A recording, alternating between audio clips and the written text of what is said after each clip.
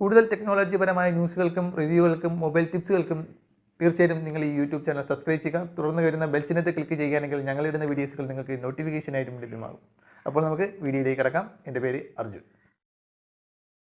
ഞാനിന്ന് നിങ്ങളോട് പറയാൻ പോകുന്നത് റെഡ്മി ബ്രാൻഡിൽ ഒരു കിടിലം ഒരു ഫോൺ ഇറക്കാൻ പോവുകയാണ്. കെ സീരീസിലുള്ള ഫോണാണ്. അതും ഒരു കില്ലർ സ്മാർട്ട് ഫോൺ എന്നാണ് അവർ അതിന് പേരിട്ടിരിക്കുന്നത്. കെ സീരീസ് എന്ന് പറയുന്നത് കില്ലർ സീരീസ് എന്നാണ് അവർ പേരിട്ടിരിക്കുന്നത്. കാരണമെന്ന് പറയുന്നത് പെർഫോമൻസിനെ ബേസ് ചെയ്തുകൊണ്ടുള്ള ഒരു ഫോണാണ് എന്നാണ് അവർ അവകാശപ്പെടുന്നത്.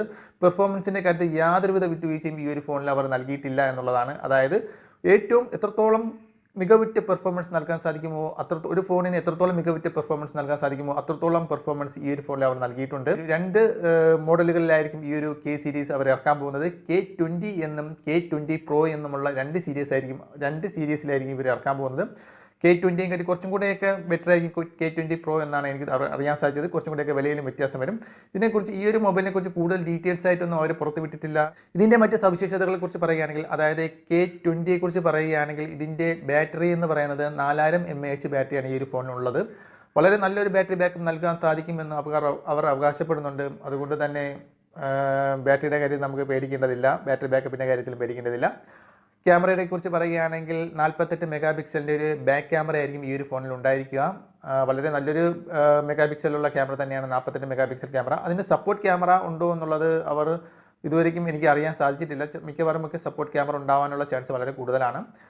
അതുപോലെ തന്നെ ഫ്രണ്ട് ക്യാമറ എന്ന് പറയുന്നത് 32 മെഗാ പിക്സലിൻ്റെ ഫ്രണ്ട് ക്യാമറയാണ് ഇതിലുള്ളത്. അതും പോപ്പപ്പ് സെൽഫി ക്യാമറയാണ് ഇതിലുള്ളത്. അതായത് നമ്മൾ സെൽഫി എടുക്കുന്ന സമയത്ത്, വീഡിയോസുകളും മറ്റുമൊക്കെ എടുക്കുന്ന സമയത്ത് പൊങ്ങി വരുന്ന ക്യാമറയാണ് ഇതിൽ അവർ ഉൾക്കൊള്ളിച്ചിരിക്കുന്നത്.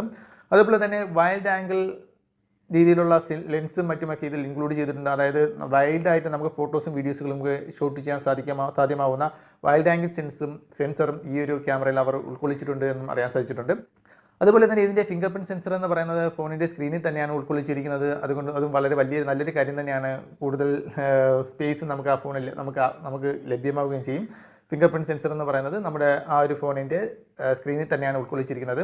അതുപോലെ ഒരുപാട് മാറ്റങ്ങൾ റെഡ്മിയുടെ ഒരു ഫോണാണെങ്കിൽ റെഡ്മിയുമായി ബന്ധപ്പെട്ടുള്ള ഡിസൈനിലും മറ്റുമൊക്കെ വളരെ വലിയൊരു മാറ്റം തന്നെയാണ് ഈ ഒരു കെ സീരീസ് ഫോണുകളിൽ ഉണ്ടായിരിക്കുക എന്ന് അവർ അവകാശപ്പെടുന്നുണ്ട്. K20യും K20 Proയും ഉടൻ തന്നെ വിപണിയിൽ എത്തുമെന്നും നമുക്ക് അറിയാൻ സാധിച്ചിട്ടുണ്ട്. അതുപോലെ തന്നെ ഇനി ഇറങ്ങുന്ന റെഡ്മിയുടെ ഫ്ലാഗ്ഷിപ്പ് ഫോണുകളെല്ലാം കെ സീരീസ് ഉൾപ്പെട്ടിട്ടുള്ളവയായിരിക്കും എന്നും പറഞ്ഞിട്ടുണ്ട്. അപ്പോൾ നമുക്ക് എന്താണ് ഈ ഒരു ഫോണിനെ കുറിച്ച് കൂടുതൽ ഡീറ്റെയിൽസുകൾ അറിയുകയാണെങ്കിൽ അതിനെക്കുറിച്ചുള്ള വീഡിയോ തീർച്ചയായിട്ടും നിങ്ങൾക്ക് ഈ ചാനൽ വഴി നിങ്ങൾക്ക് പ്രതീക്ഷിക്കാം. അപ്പോൾ ഇത്രയുമാണ് കെ സീരീസ് അല്ലെങ്കിൽ റെഡ്മിയുടെ അല്ലെങ്കിൽ ഷവോമിയുടെ കില്ലർ സീരീസ് ഫോണുകളെ കുറിച്ച് എനിക്ക് അറിയാൻ സാധിച്ചത്. ഞാൻ നിങ്ങളോട് പറഞ്ഞു തന്നേ ഉള്ളൂ. അപ്പോൾ ഈ വീഡിയോ ഇഷ്ടപ്പെട്ടെങ്കിൽ വീഡിയോക്ക് ലൈക്ക് ചെയ്യുക. അതുപോലെ തന്നെ അടുത്തൊരു നല്ലൊരു വീഡിയോയുമായി വീണ്ടും കാണാം.